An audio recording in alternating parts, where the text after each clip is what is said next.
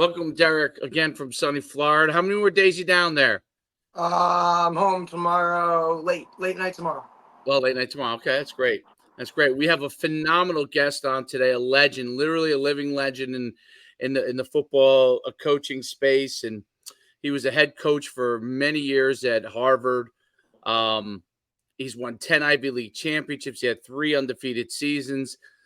He got there in '94, and up until Coach Orridge taking over this upcoming season, he was the head coach at Harvard, longest tenured coach as well there at the time. The accomplishments are unbelievable. The number of winning seasons is unbelievable. The number of men he's touched and helped out over the years, obviously not just at the great institution of Harvard academically, but obviously on the football field as well. Without further ado, let's bring on Coach Murphy. Coach, what's going on? How are we doing, fellas? Coach, thanks for taking the time, man. Really appreciate it. My pleasure. Coach, it's phenomenal to have you on.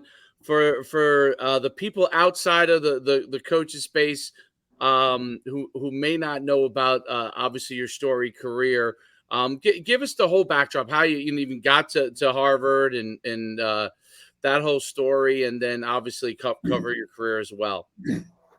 Well, first of all, it's a great country. I'm not sure I could spell Harvard in the 8th grade, fellas. I was the first and only one of my family to ever go to college. And if it wasn't for my high school football coach, John Montozzi, my high school basketball coach, Dick Arrieta, I probably would not have gone to college. I remember very vividly my junior year, after my junior year of football, my head coach, Coach Montozzi, and my basketball coach, Dick Arrieta, they cornered me in the hallway. When I described it to my wife, she said, "I think that was an intervention." And they said, "Hey, what are you doing, when you graduate from high school?" And I said, "I don't know. I'll probably join the Marines." And they kind of looked at each other and said, "No, that's not happening." And, being, a 16-year-old kid who didn't know anything, I said, "The hell with that. I'm joining the Marines." And they said, "Shut up, son. You're going to college." They walked away, and the rest is history. And certainly, if I had joined the Marines, that would have been a very noble thing to do. I've always had great respect for the military. But having grown up in a family where no one had been to college, my coaches really had a huge impact on my life, high school and college. And it's, I think it's a tribute to them that I somehow managed, to make them proud and go on to play college football and go from there. I played at Springfield College, a Division II school at the time, had a great collegiate experience. My coach, Howie Vandersea, who passed a year ago, was a great leader, a great motivator, and really cared. And the really cared part was why I got into coaching. And, it's interesting how things work. He made me become a student as well. He had been from a little Ivy, and he's one of those guys that say, "Hey, you're a lot smarter than you think you are." I ended up getting a master's degree while playing as a college kid. In the first year, you were allowed to do that because I had an extra year of eligibility because of an injury year, and helped me get my first job at Brown as a GA. I remember very vividly, I was so appreciative to, get a job like that out of high school. Not that it paid much. I made $600 for the year. I kid you not. And, this was, 1990. This wasn't 1890. I worked in a factory in the off season. I worked a graveyard shift in the off season from 10 p.m. to 6 a.m. Would come home, get a couple hours sleep, come back. I had a better job at Brown my second year, and then I had my first job at Lafayette as a full-time coach. I was there 1 year, and then through Buddy Stevens, who was, as you guys know, was the great Dartmouth coach. Buddy and I grew up together. We were best friends for literally half a century. Our friendship started with a collision at home plate in an all-star, a Little League all-star game. By the way, I was safe, although he would never agree to that. But I had a chance to go to Boston University with Rick Taylor, one of the Oh. really outstanding coaches of his time. Went on to become the AD at the University of Cincinnati and the AD at Northwestern. The AD at Cincinnati part was Buddy got the head coaching job. There's a very young guy at the University of Maine. He asked me to go with him as a coordinator. I did. And all through that time in college coaching in my 20s, I kept taking courses because they were free. You're at schools, you could take courses for free. And I ended up miraculously getting into 2 top 10 graduate business schools. I did not apply to Harvard Business School. I thought that would have been ridiculous. But at the time, I did get into the Kellogg School at Northwestern, which was number 2 in the country. And it's funny how things work in life, because when I was the coordinator at Maine, I had actually tendered my resignation because I was going to Northwestern to get my MBA at age 29. And it's funny how things work. About 5 months after I had made that commitment in the early spring, 4 months after, Buddy gets a job at Dartmouth, and University of Maine up and offers me the head coaching job. And I was a bit conflicted because I'd worked, so many years, as assistant coach, getting, taking courses for free to get into a good B school. And I said, okay, I'll do this for a year. This is the conversation I was having with my then girlfriend, who became my wife Martha. And then I'll get this coaching thing out of my system, and I'll go to business school a year later. And the people at Northwestern were great. They said, well, you're not exactly a young, business school student, but okay, we'll hold this spot for you for a year, which I was eternally grateful for. Well, that was 37 years ago, and I still haven't got this college football thing out of my system. So went from, we were fortunate to have we did a really good job. We had at the University of Maine, we had our first ever make that Yankee Conference championship. You guys remember the name Yankee Conference championship? I do, yes. I know you do. Yeah, Jay was in it. And had a chance to go to Cincinnati, and I realized very quickly, being at UC, why why I had gotten the job. Nobody wanted it. It was a train wreck in those days. When I got there, a couple things happened. One, they were very down in their numbers because they had a lot of kids just quit. 2, they had about 3 months after I got the job, they were hit by the NCAA, and we lost 18 future scholarships because of things that had happened with the previous staff. About a month after that, Nippert Stadium was condemned. We had no place to play. So we had to play for the first 2 years. We had to play in a baseball stadium, which was like a ghost town. And it was tough. We were arguably the worst team in America. When the first year, we were ranked, I think, 122 in the country out of 123 major college teams. But we hung in there. I had a great AD in Rick Taylor, who had been my boss when I was the offensive line coach at Boston University. They stuck with us, and by the year 5, we had vastly improved, and we ended up actually number 25th in the nation my last year there. And you know how it goes, fellas. If you're fortunate to be in a program that has had that kind of rise and that kind of success, people have this idea of where you're going next. Yeah. Well, I guarantee you, starting with my AD, Rick Taylor, people were shocked when I took a 50% pay cut to go to Harvard. Yep. And people said, you're crazy. It's what are you doing? You could do this, you do that. And right. There were a couple of things. One, like I said, I was the first and only one in my family to go to college. I wanted our children, to understand the power of education. My mom was terminally ill by herself. And the people at Harvard, when I interviewed, I thought I'll take the interview, but this is not something I'm seriously interested in. But Right. Meeting Billy Clary, the legendary hockey coach, and then AD, meeting Bill Fitzsimmons, legendary guy in admissions, Jack Reardon, who basically ran the school. I said, if these are the type of folks that are running this place, count me in. And obviously, less was more, at least for our family. Financially, maybe, but we had an opportunity to build a program. We took a program over that was really struggling. I think by 1996, they had lost 7. They hadn't had a winning season in 7 years.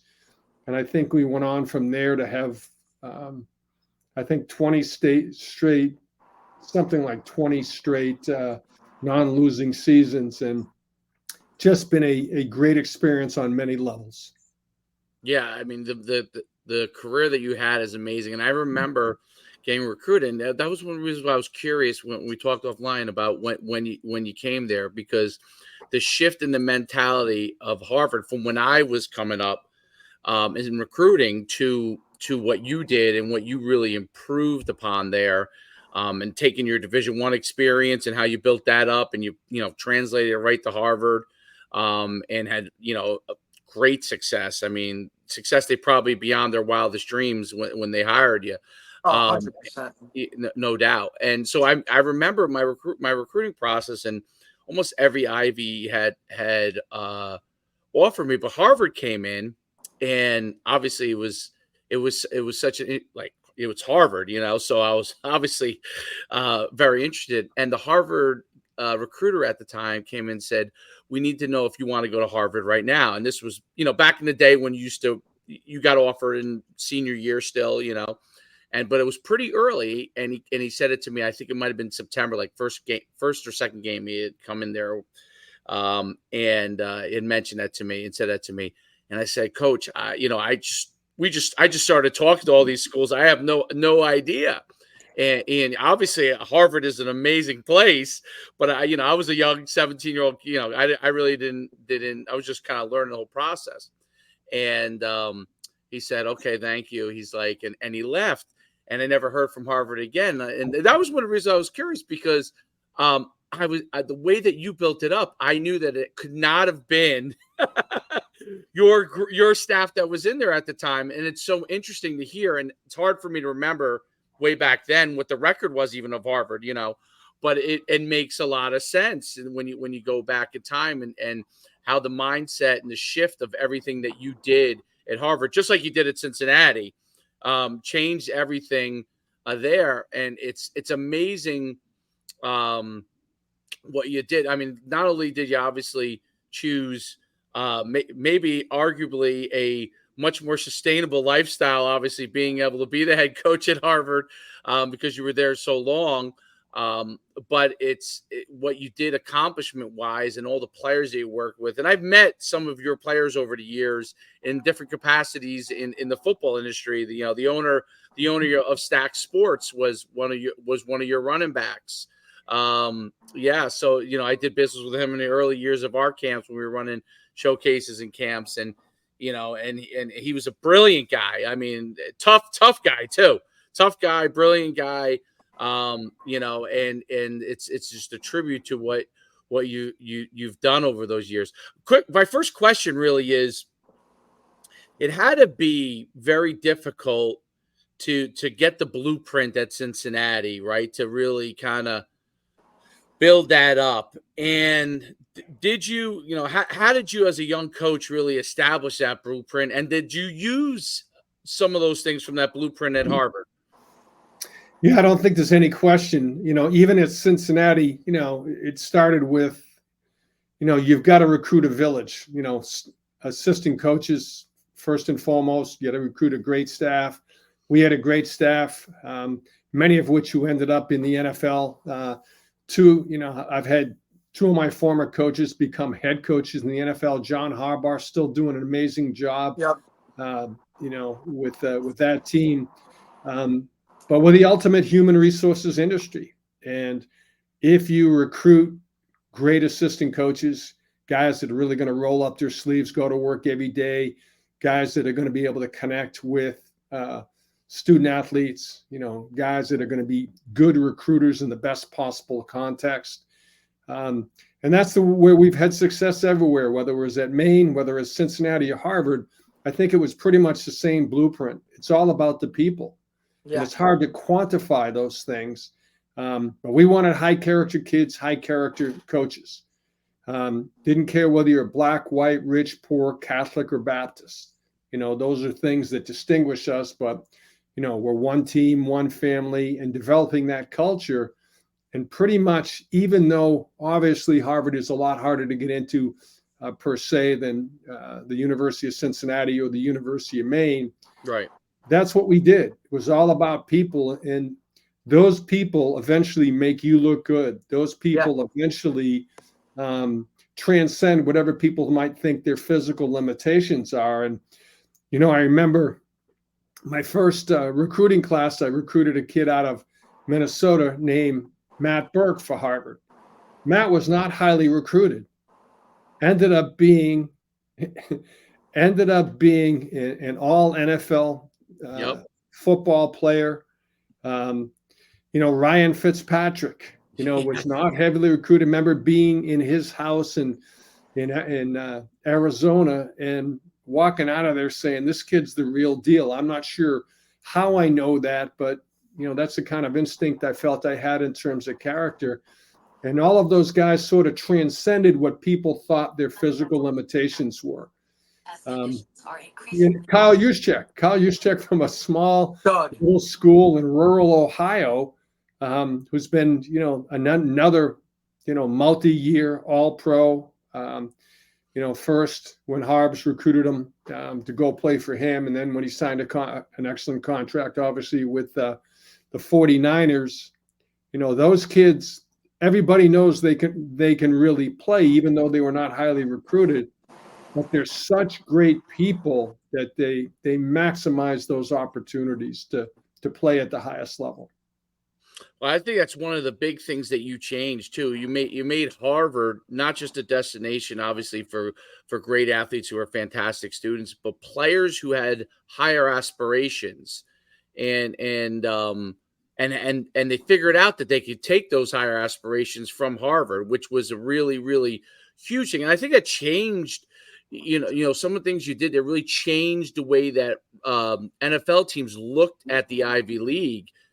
Obviously Fitzpatrick is one of the biggest people in that aspect, being so successful in the NFL, coming from Harvard and having such a long career, that more and more they looked at players from the Ivy League.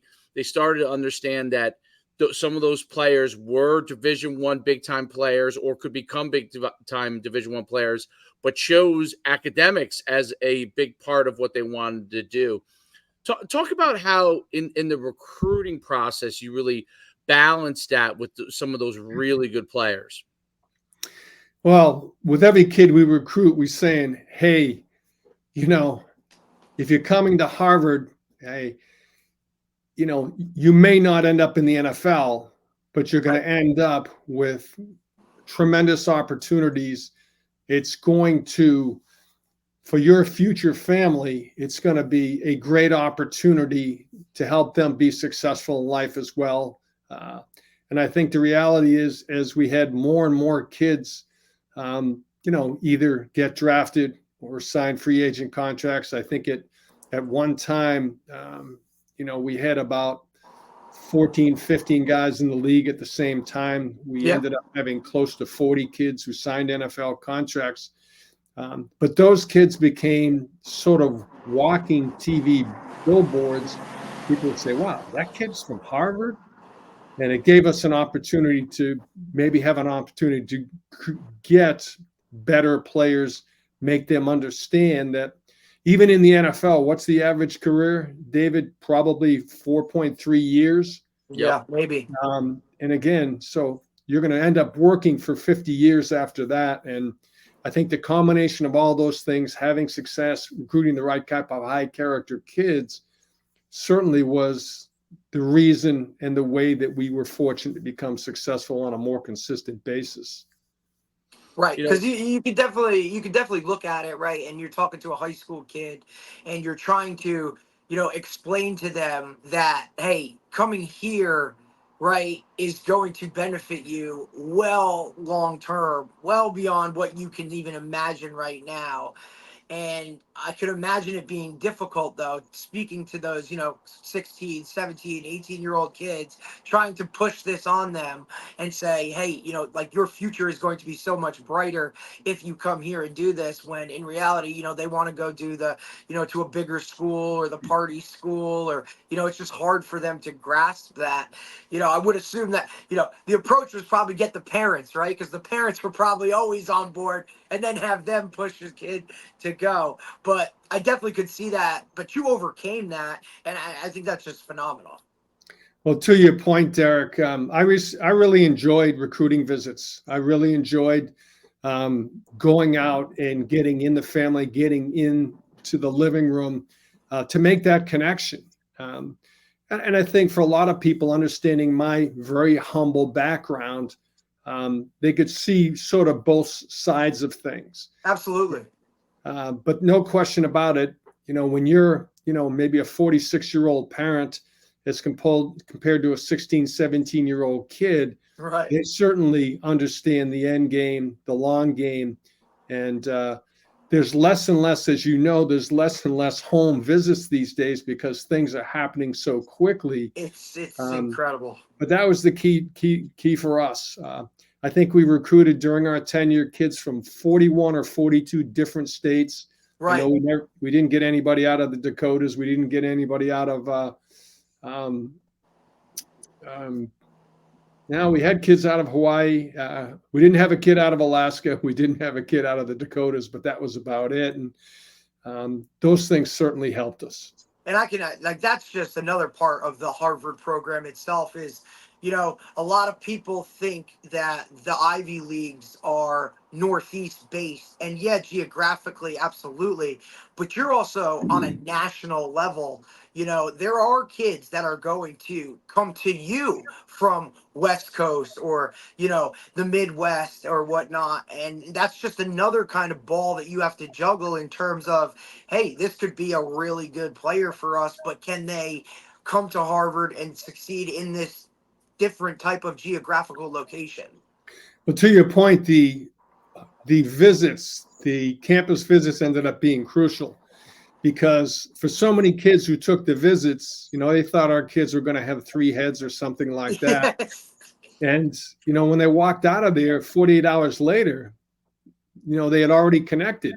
Yep. And if these kids had been blindfolded and, brought into the official visit, they wouldn't know if they were at Rutgers. They didn't know if they were at, Ohio State or someplace else because the kids were real student athletes, yep. But they were regular kids from very, very different backgrounds and obviously very, very diverse. Right. There's no doubt. I'm curious when you took over initially and through the years, was there kind of a progression of things that you had to get the administration on board with like maybe modernizing facilities, evolving things from a recruiting standpoint or admission standpoint? What were some of the things that you had to do over those years to really kind of keep evolving the Harvard program? Well, I think the big one was just to make sure admissions was on board. My point being that, if they told you a kid's not going to fit in here, they were usually right. And Bill Fitzsimmons, which is an amazing guy. I think he's still probably the oldest and longest tenured, guy in terms of admissions. He had been an athlete. He had been a hockey player, and he had been a working class kid, and so he understood the context of what we were talking about. And it was like anything else.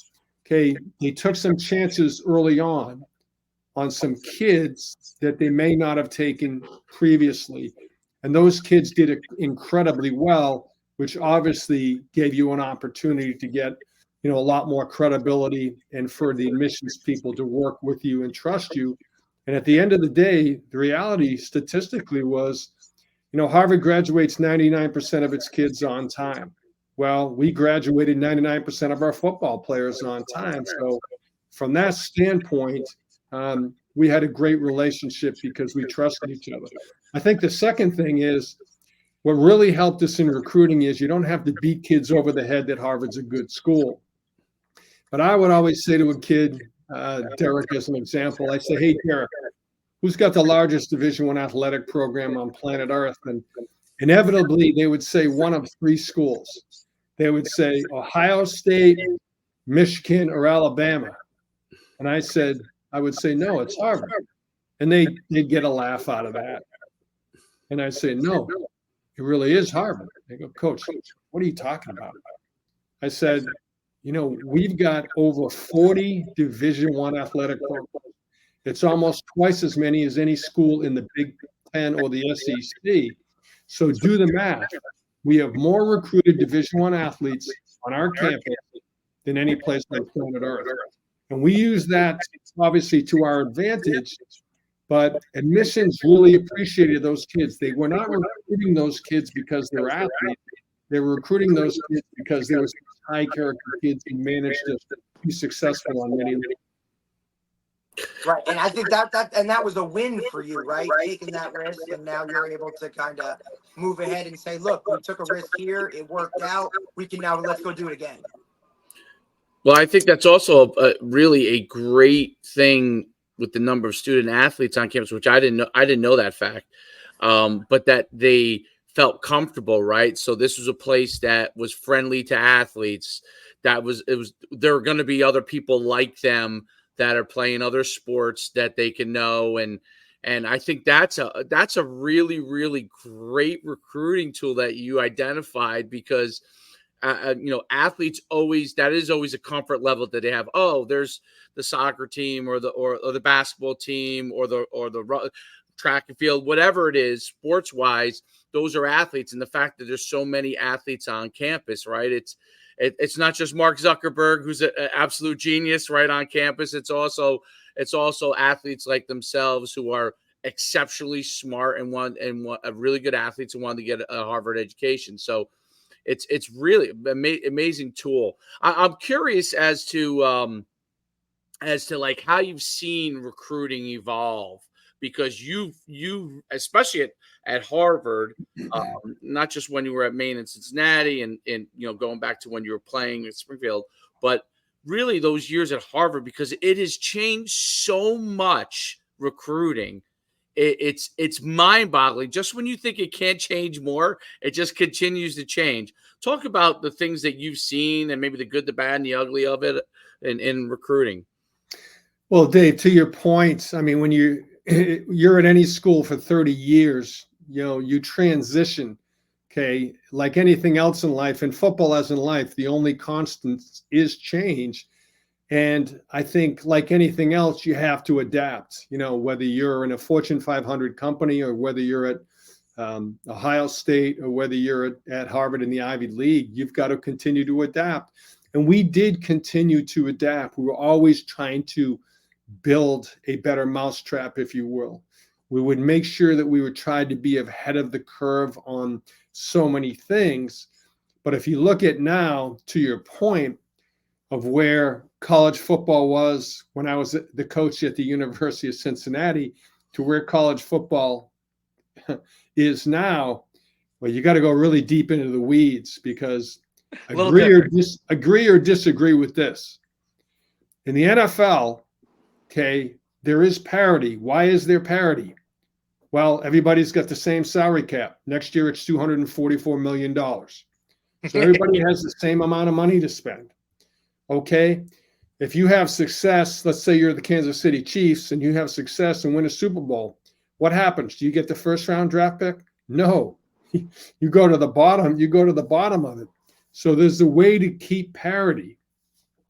If you look at it now, and this is just one person's opinion, when people ask me what is going on in the NCAA, I said it's simple. And they go, what do you mean it's simple? I said it's simple. It is absolutely, positively professional football, but with no rules. And they laugh. I go, no, there's no rules. Really? You look at, if they at least had the NFL model, there'd be some equity. Correct. And that's why you see so many of the halves now they have to be in either the Big Ten or they have to be in the SEC. And what's going to happen to some of those leagues without those schools? Right. The rich will get richer. It will become those two powerful conferences. And it's really, in my humble opinion, it's such a shame. It's just crazy. Especially Completely off the coming from rails. and especially, not to cut you off, Coach, but especially coming from a place like the Ivy League, where geographically you're all in the same kind of, like, those.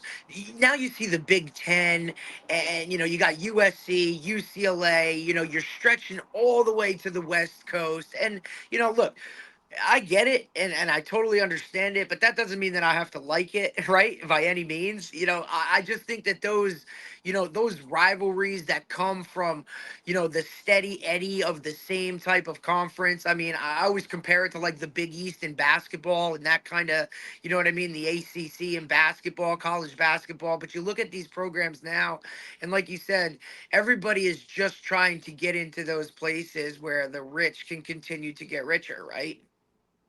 No question about it. And if you look at the NCAA, they probably couldn't have a better commissioner than, former Massachusetts governor and, by the way, Harvard athlete Charlie Baker. Tremendous human being, extremely bright guy. Everybody respects the heck out of him. But the reality is that the NCAA needs the SEC and the Big Ten more than the Big Ten and the SEC need the NCAA. 100%. That is definitely the tail wagging the dog. And Yep. Just crazy. I mean, if they just went to more of an NFL model, exactly, then people like, let's say, USC would not have to migrate essentially to the Midwest and the East Coast. Literally. Yeah, and you look at UCLA, USC rivalry, and those rivalries are going to really sort of disintegrate. Yep. And just everything about the Rose Bowl in general is kind of going to, like, you know what I mean? Because that, Pac-12, Pac-10 against the Big Ten, like, that's, now you're going to see that regular season, and I just, like, Texas is now, part of the SEC, and it's just, like, it's like we said, it's just the rich are going to continue to get richer. And as long as conferences like that, they want those schools to come in because it adds to their revenue, right? And then, the Power Five is now the Big Four, and it's all over the place. Something has to be done. I think it will be done. I just don't know how long it's going to take to get it done. Well, to your point, let's say you have an opportunity in terms of being the Wild Wild West, Eric. Let's talk about if you're a mid-range school in the Big Ten or in the SEC, and you happen to, by great coaching, by doing a great job recruiting, developing players, you happen to have a terrific year and you go, I don't know, 9-2. What does that do for you? Right. All it means is someone's going to steal your players, and now instead of after having you've to put all the work in, you got it. And instead of having to recruit, let's say 16 players, now you have to recruit 36 players, and it's out of control. I don't think it's sustainable for the national institutions of the game. And what are we teaching our kids? When it gets tough, I can just go wherever I want, right? You got it.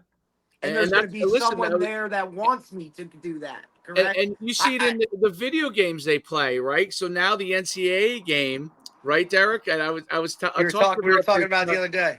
The other day, you could, it basically, like, you do well, like the players these kids create, they get offered the transfer, and then they transfer again. So the video game, is basically promoting it within, because it's just mirroring what's going on, right? So because that's all those games do, they mirror what's going on.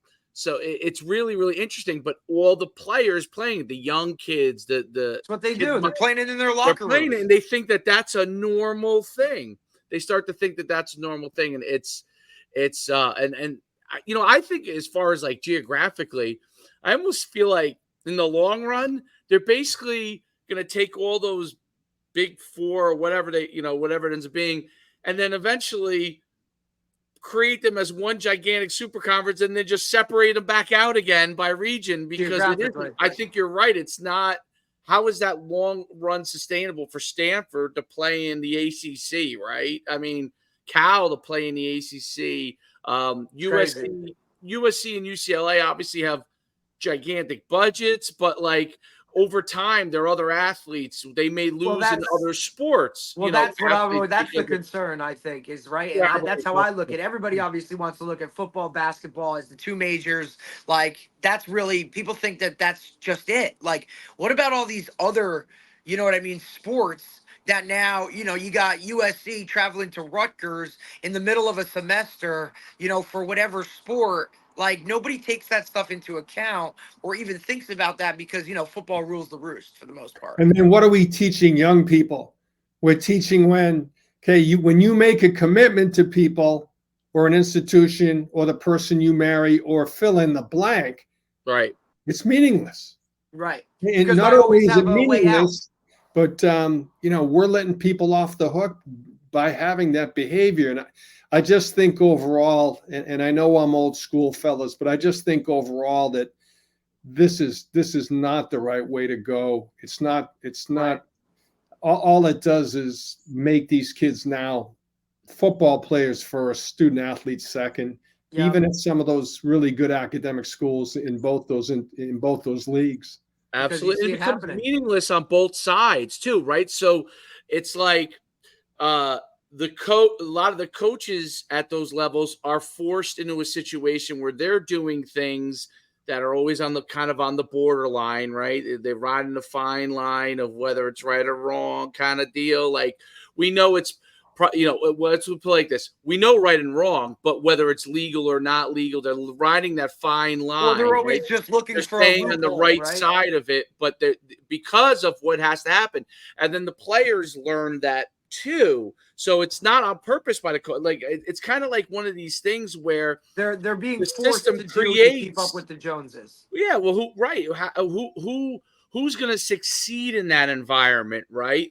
Like, it becomes one of those things that if you want to be really successful in that coaching environment and in that playing environment, you kind of almost are constantly playing a game, right? Like, with people's lives, crazily enough, right?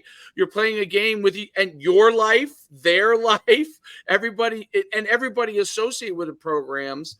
And I think, obviously it's formed. Me and Derek have talked about this, like almost like an NFL structure on both sides, where you have the coaching structure and then you have the player personnel structure, which it's the only way that it has a chance to be sustainable, to keeping those worlds they're always intertwined somewhat, but like having two kind of units in that standpoint, which obviously becomes a haves and have-nots too, right? Because if you're Ohio State, Alabama, Michigan, the big, you can afford to create bigger staff and do that stuff, right? But can Georgia State afford it? Can right? Well, North Texas you know what I mean? Like, right. A Kent State, right? I mean, even a Vanderbilt, where you got your high academic standards, but like SEC, like it's like I look at it. I mean, it's just like South Carolina, like, schools of those natures that are kind of right there in that middle area where, one or two players staying another year could change the game, could change the entire outlook of the program. And now these guys are just, hey, I'm going to go here. Hey, I can get a better NIL deal here. And it's like you said, Coach, what are we really teaching the youth of everything is that, hey, you're just going to run for money, or you're just going to, when things get hard, just go and do whatever. And I try and tell parents this, like, all the time, the decision used to be, hey, I'm going to make the next, the decision based, 4 years for the next 40 years. And now guys are thinking, oh, I'll go here for a year and then I'll go here. And then, like, that's already in their mind and planned out before they even get to college, which to me is just shows exactly what the world we're living in now. And that, to me, like, something has to change. Who would have thought that we would say now for college football at the highest level, if we could just become more like the NFL model? Right. Crazy.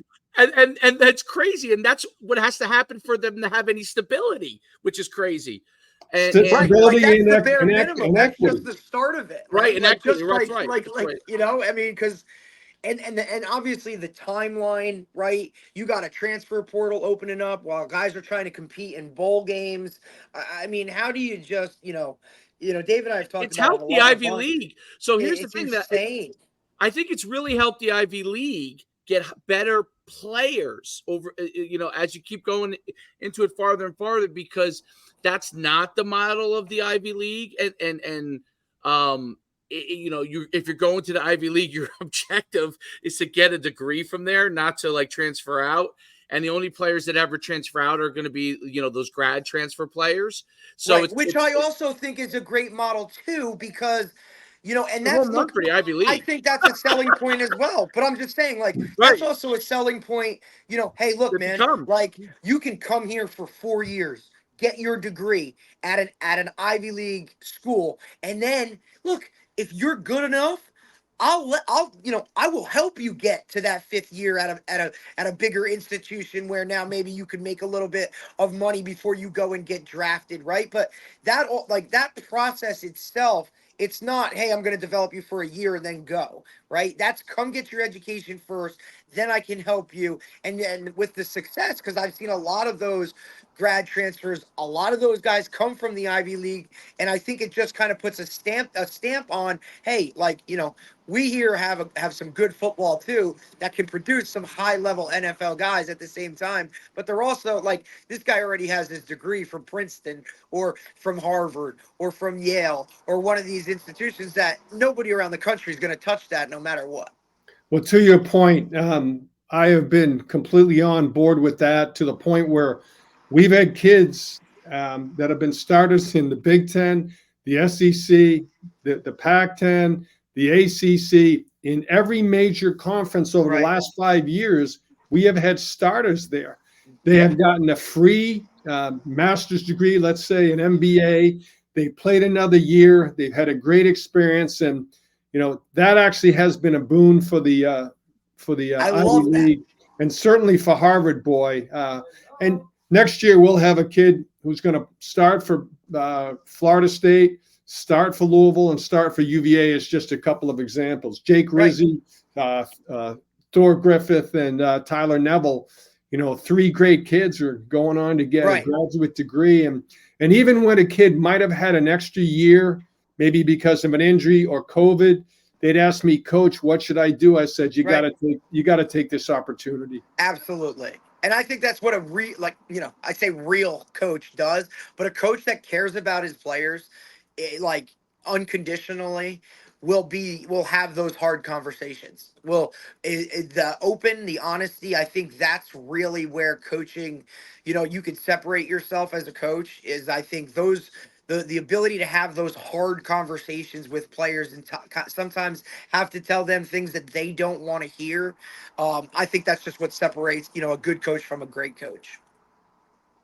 Yeah, and I think that the grad transfer thing was the original free transfer was the grad transfer, right? Right. So I was always thought, hey, this is great.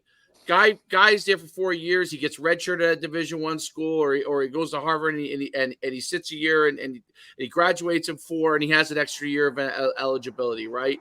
Or he goes to any one of these schools and he has an extra year of eligibility because of him graduating school in 4 years, right? Or 3 years, whatever it is, right?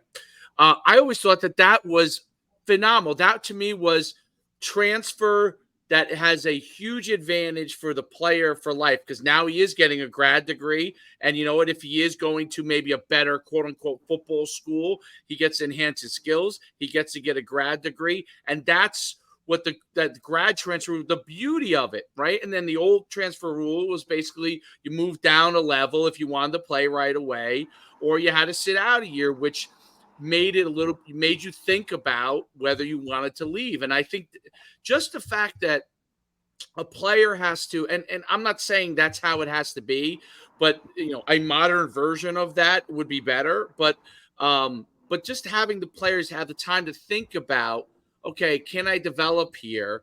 not just jump in the portal and leave and test the waters constantly, but just to have them think about it. And then, I always think about this all the time. Every freshman that goes to college, right? Almost every freshman, unless he's so mature, is homesick when he goes to college. Everybody. They may be down on the depth chart, right? Or they were a prize prospect, let's say at the highest level, and maybe they're 2 or 3 on the depth chart, right? A 4 or 5 star quote unquote kid is not starting right away, but he's 2 or 3. Well, nowadays, those players immediately think, I got to get out of here. I don't like to hear that much. Yeah, I don't like the school that much. I don't know that many people. This guy lied to me. Right? And that thought process is so toxic to me. That thought process. Yeah, there's a word for that, David. They have, through no fault of their own, they're now mercenaries. Yep. You're a hired hand.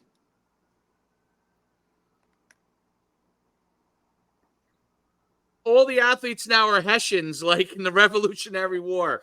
That's what they are.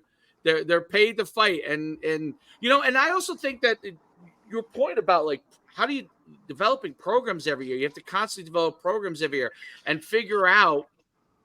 Right.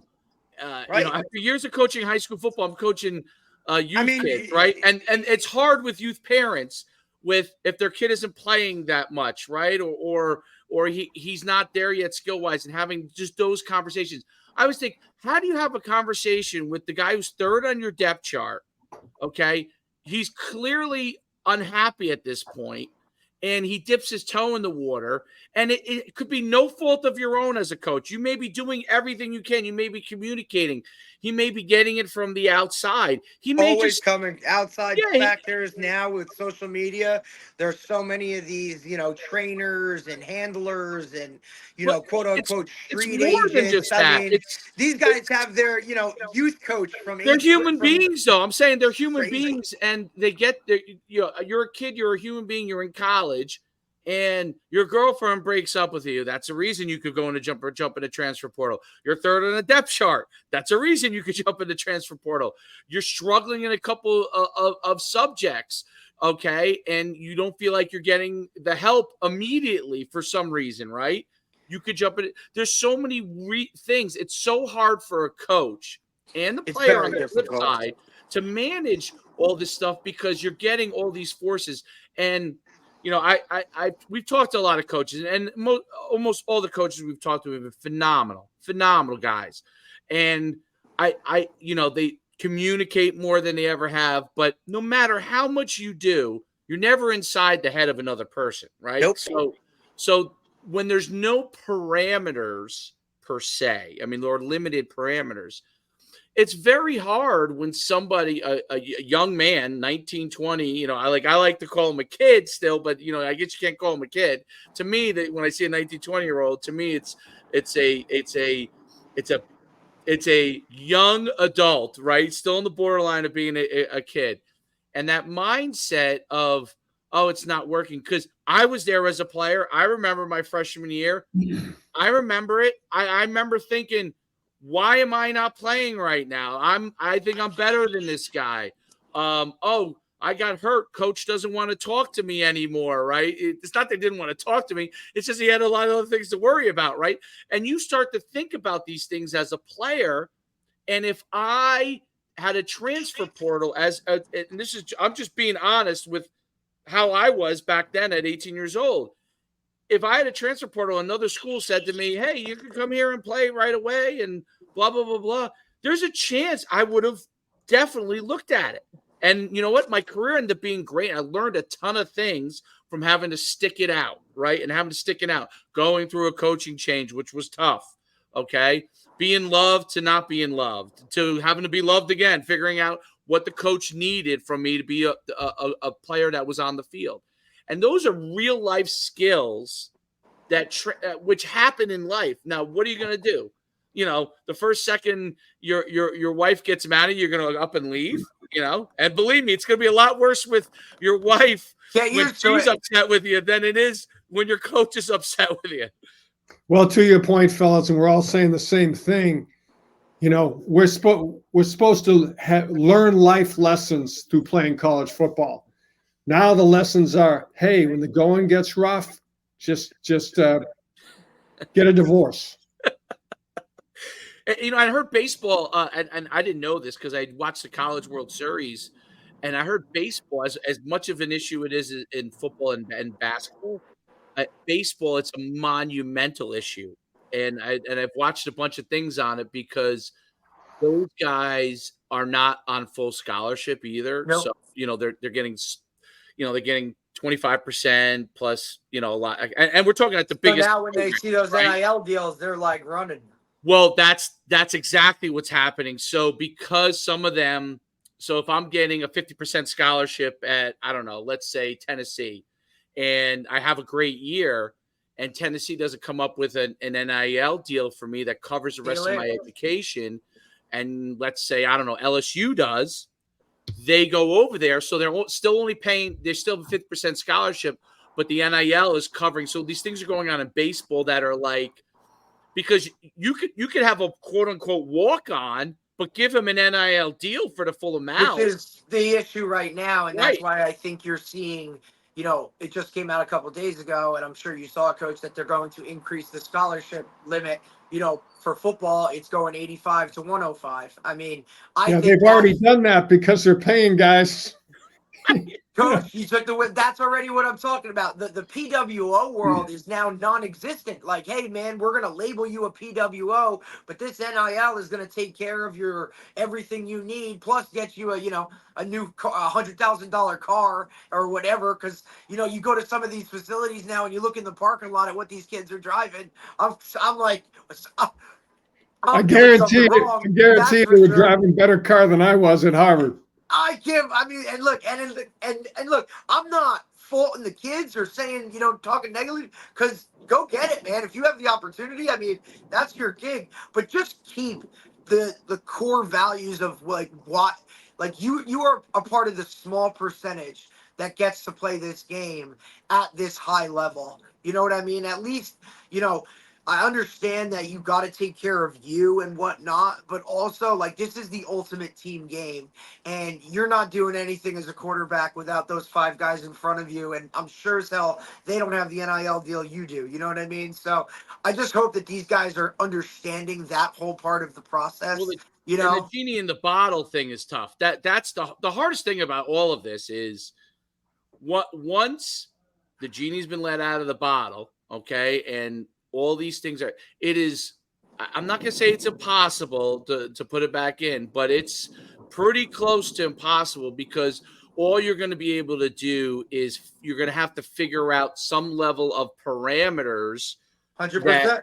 That you're going to have to now rein this whole thing in. It's like cattle. It's like the cattle. You got a group over here. Everything is scattered out among the whatever. Well, now somebody's got to come in as one of the ranchers and kind of like, hey, we got to get this thing. At least everybody's got to get in the same field with fencing so that we can at least go there, right? Now, I'm going to tag you different. Some may be bigger, some maybe not. But now we have to differentiate and kind of understand where we're going from here. So like we said, the rich just aren't going to continue to get richer. You know what I mean? I mean, you're looking at Oregon where they've already said hey, you have unlimited NIL, whatever you need, this is happening. I mean, how can you be Rutgers and compete with that, right? Or any of those parameters.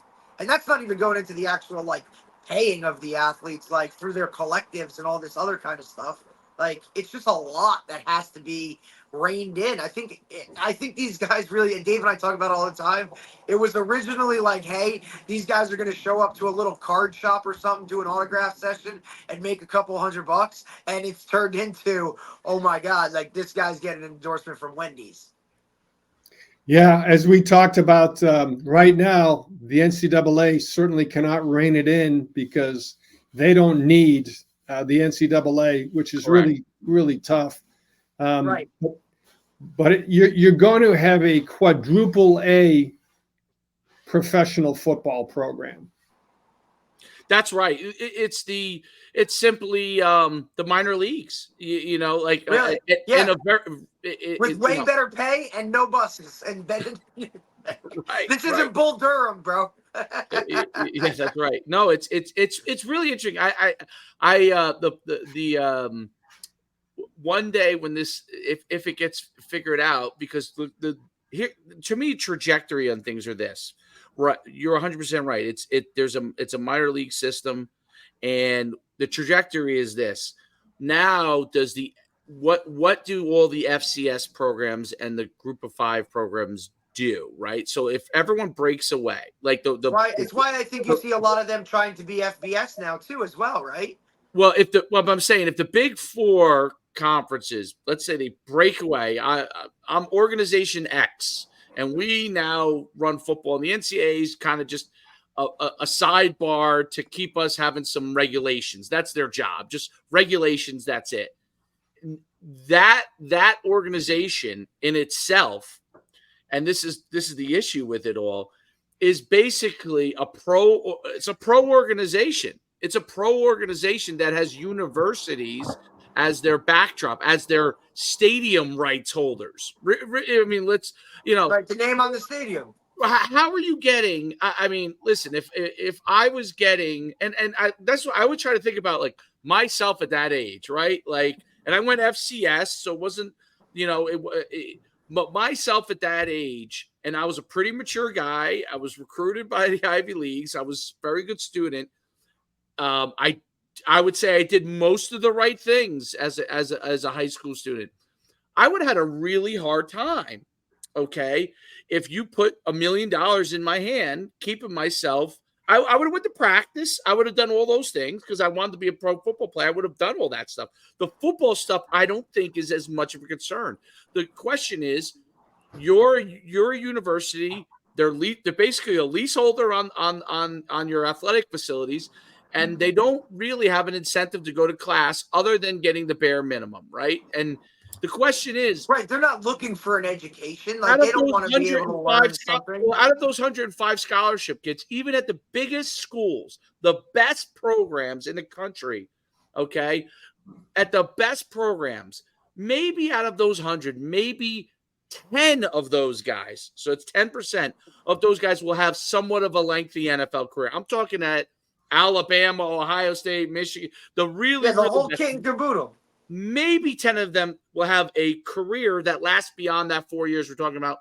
And I was an agent for 6 years, an NFL agent for 6 years, and I can tell you firsthand, if you don't get past that first contract, okay, unless you're a first rounder, if you don't get past that first contract, the amount of money you have is really just kind of a start for life. It's not going to get you through. So that's the big thing that happens. So now you have these guys who think they're going to go to the pros. The vast majority, even if they make the pros, they're not going to last that long. And then they stand out there, okay, that 90%, and say, I got shafted. And then how do they approach life then? Like, it's not. It's everybody's always out to get them. And everyone will say, well, listen, everyone will say, oh, well, they had the opportunity. Of course, they had the opportunity. But when you take a 19-year-old kid, and I forever will say this, you take a 19-year-old kid and you put them in that situation, you have to be so mature. Like, one of the reasons why the NBA got rid of the high school athletes coming out, okay, was not because of LeBron. LeBron was mature. Okay, whether you like LeBron or don't like LeBron, he was mature. It was the 2 or 3. There's stories about these guys who would declare for the draft out of high school. Oh God, who had no chance of getting picked up. They really were college players, no chance of getting picked up, or thought that they were going to be stars and didn't become stars. That was really the reason why they went to the kind of the freshman year rule. And I don't even know if that's enough, but like, that's one of the reasons why basketball went to that. It wasn't because of LeBron. See, everyone goes and points to LeBron or Jermaine O'Neal or some of the guys who really succeeded.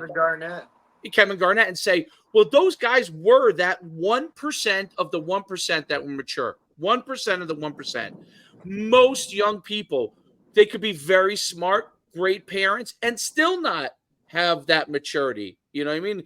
Let alone kids that maybe come from broken homes or tougher situations. Yeah, that's a whole different. A lot harder without guidance. And I think that's to me the thing that, like, we're just kind of, And it's an easy thing to say, hey, you know what, you had your opportunity and you didn't take advantage of it. Yeah, that's only a part of the story. What do you think, like, from your experience, and I'm not asking you to solve it because it might be impossible, right? But from your experience, what are the things that you see young people that need to have in order to give themselves? Because you're at Harvard and you've seen a lot of your players really do really well. What are some of the things that you think players need to have that opportunity to be successful in life? I think it's character and discipline, no question about it. And to somehow grow up in an environment where they understand the power of education, they understand the limitations of, college football is only going to get you so far. And that's not just in the Ivy League. Yes, you're going to have kids in the Ivy League and certainly at Harvard that can play at that level. But what percentage is that? And you're going to find out the same thing in the NCAA. And the reality is, and to your point, so many of these quote unquote kids, all of a sudden at age 24 are going to be saying, what the heck do I do now? Right. Because they've always just had that, hey, I always have an opportunity, or somebody's coming at me this way or this. They've never gone through that, process of, getting knocked down and then being built back up with support and all the other stuff because they're just, every time they've been knocked down, they just turn and run. And, like you said, I think it comes back a little bit on the parents in too as well. Like, you got to instill a little bit of something where you can't always, separate it, right? Separate it. Don't constantly be all about this and sports and all this other kind of stuff. Like, the car ride home after a game shouldn't be about why you missed a tackle or it was a bad throw, or, it should be about like, hey, let's go get something to eat, or let's have a different, I just think carry that yourself the right way. Right. Like when I criticize my son, it's for carrying himself the wrong way. Like, with young kids, the thing I noticed biggest thing from going from high school to working with youth kids and having worked with the NFL guys and as an agent and to going with youth kids is that youth kids are learning how to conduct themselves, right? They let their emotions get the best of them. Okay, now we saw what happened. How do you get that emotion in the right way? How do you get into a positive direction? How do you get control of yours? Because I have to do it with my own son. How do you get control of yourself so you can think clearly on the field, right? And how does that help you going forward? Well, you know what? When you get upset in school, when the teacher tells you to sit back down, or you're talking too much, do you get control of yourself or do you talk back, right? Like, these are like small things that can be addressed right away, and those are things that really I think help them in the long run that I think we're starting to miss. Like it's like, okay, you're on a team. All right, well, when there's 30 kids on the team or 40 kids on the team, not everybody gets to touch the football or basketball, or whatever it is, right? How do you adapt? How do you contribute when you're not touching the ball? How do you contribute when you're not the star, but you're one of the guys, right? How do you learn to handle it? And I think those are things, that skill sets where people could just jump from thing to thing to thing. You never learn, like, how do you handle that? Because at some point, you're not always going to be the guy. I'll give you one stat. I'm curious your thoughts on this. But well, Dave, to your point, I think, and I agree, we always modeled football as an opportunity to really learn about life. Okay, great life lessons you learn in college football. There's going to be a lot less of those great life lessons with the new and current model. That's a great point. And then that's what we've always preached, right? And then you say to yourself as a coach, you're like, wait a minute, this is what I've always believed my whole life, and now that's changed. And so it's a weird place to be too.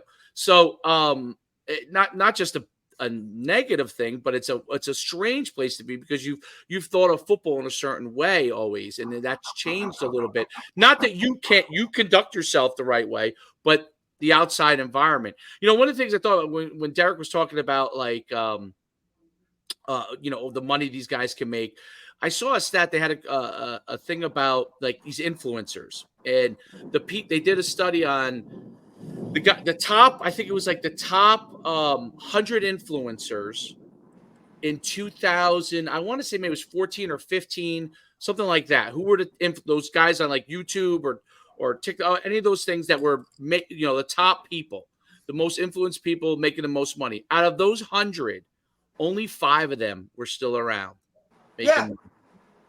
But it's So like the world that's we like, live so in. people were making short-term money, right?